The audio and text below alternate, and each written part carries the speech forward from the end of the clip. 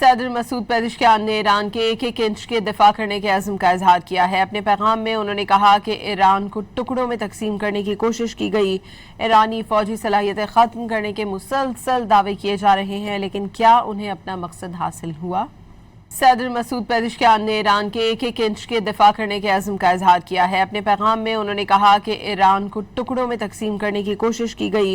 ईरानी फौजी सलाहियतें ख़त्म करने के मुसलसल दावे किए जा रहे हैं, लेकिन क्या उन्हें अपना मकसद हासिल हुआ? सदर मसूद पेज़ेश्कियान ने ईरान के एक एक इंच के दिफा करने के अज़्म का इजहार किया है। अपने पैगाम में उन्होंने कहा कि ईरान को टुकड़ों में तकसीम करने की कोशिश की गई।